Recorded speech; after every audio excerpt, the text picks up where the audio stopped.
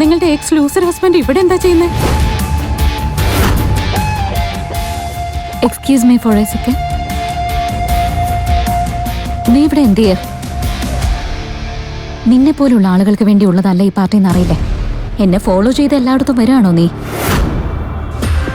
നിന്നെ പോലുള്ളവരത്തിനെ ക്ഷണിച്ചത് ഞങ്ങളാണ്. നിന്റെ മാനം വിട്ടിട്ടാണോ നീ ഡ്രസ്സ് വാങ്ങിയത്? ഈ പയ്യന്റെ കോൺഫിഡൻസ് നിങ്ങളൊന്ന് കണ്ടോ? പോക്കറ്റിലാണെങ്കിൽ നയാ പൈസ ഇല്ല, പക്ഷെ താജ്മഹൽ തന്നെ ഇവന്റെ സ്വന്തമാണെന്ന് പോലെ സംസാരിക്കുന്നത്. വാ. ഞാൻ ചില്ലറില്ലാത്തവനല്ലടാ, നിന്റെ അച്ഛനെ ചില്ലറ കൊടുക്കുന്നവനാ. എന്റെ ചെരുപ്പ് നിന്നെ കൊണ്ട് ഞാൻ തുടപ്പിക്കും, നീ കണ്ടോ? രാകേഷ്, ഇനി നീ ഒരു അക്ഷരം പോലും മിണ്ടി പോകരുത്. എന്റെ അടി വാങ്ങിയിട്ട് പോലും നിനക്ക് ബുദ്ധി നേരെയായില്ല. ഇവിടെ നിന്ന് അടിച്ചു പുറത്താക്കിയാലാണോ നിനക്ക് ബോധം വെക്കാൻ? ഗാഡ്സ്, അവൻ ജീവന് വേണ്ടി നിലവിളിക്കുന്നത് വരെ അവനെ അടിച്ചുകൊണ്ടേ ഇരിക്കണം നിങ്ങള്, മനസ്സിലായോ? അവന്റെ കാലടിച്ച് തകർത്തേക്ക്. നിർത്തുന്നുണ്ടോ?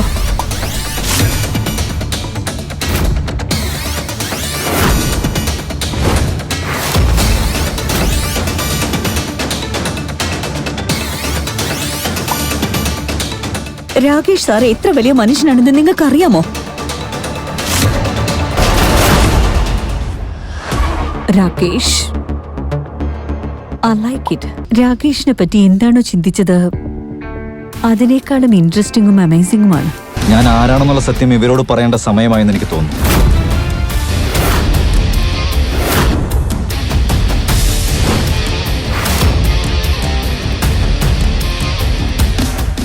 രാകേഷ്, ഈ VIP ചെയർ മിസ്റ്റർ കുമാറിനുള്ളത് മാത്രമാണ്.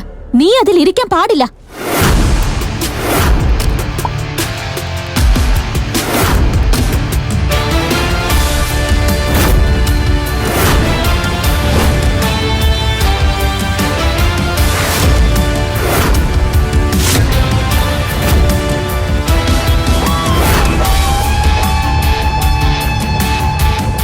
ആരുടെ കൽപ്പന എനിക്ക് കേൾക്കേണ്ട ആവശ്യമില്ല. ഇവിടെ കൽപ്പിക്കുന്നത് ഞാനാ.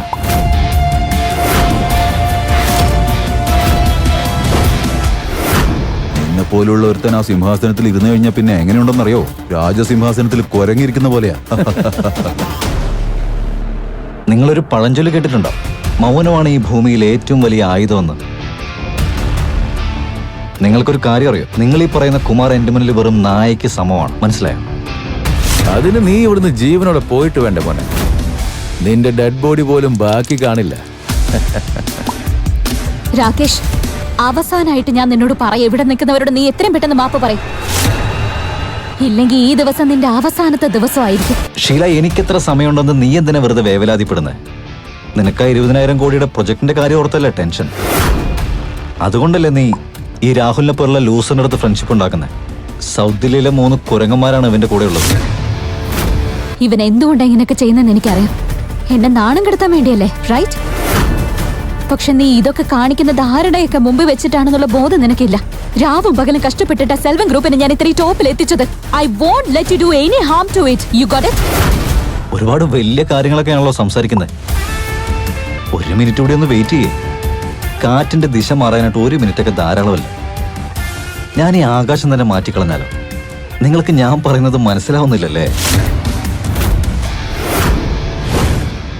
ഒറ്റ മിനിറ്റിൽ ഞാൻ നിന്റെ കഥ കഴിക്കുന്നതായിരിക്കും.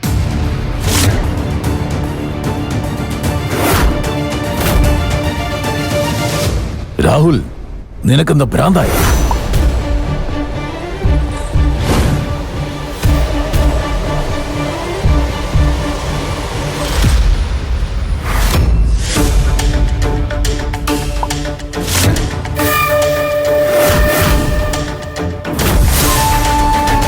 കുമാർ സാർ,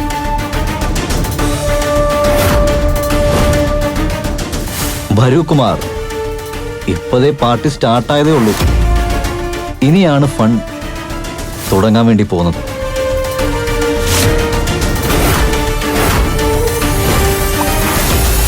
എടാ തെണ്ടിച്ചക്ക രാകേഷ്, നിന്റെ കഥ കഴിഞ്ഞടാ.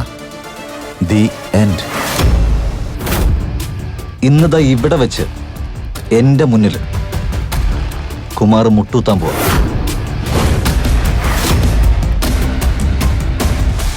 ഓ ഗോഡ്, നിന്റെ അഹങ്കാരം തലയ്ക്ക് പിടിച്ചിരിക്ക. ഞാൻ വീണ്ടും നിന്നോട് പറയാം, നീ അവിടെ നിന്ന് എഴുന്നേക്ക്. വേഗം അവിടെ നിന്നൊന്ന് എഴുന്നേക്ക്. അവിടെ ഇരിക്കാനുള്ള യാതൊരുവിധ യോഗ്യതയും നിനക്കില്ല. നിന്റെ അറിവ് അത്രയ്ക്കൊക്കെ ഉള്ളൂ ഷീല. എന്റെ ശക്തിയും അർഹതയൊക്കെ എന്താണെന്നുള്ളത് നീ ഇപ്പൊ അറിയാൻ പോകുന്നതേ ഉള്ളൂ.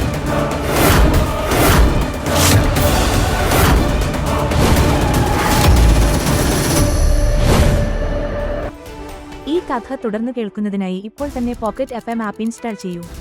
Link in description.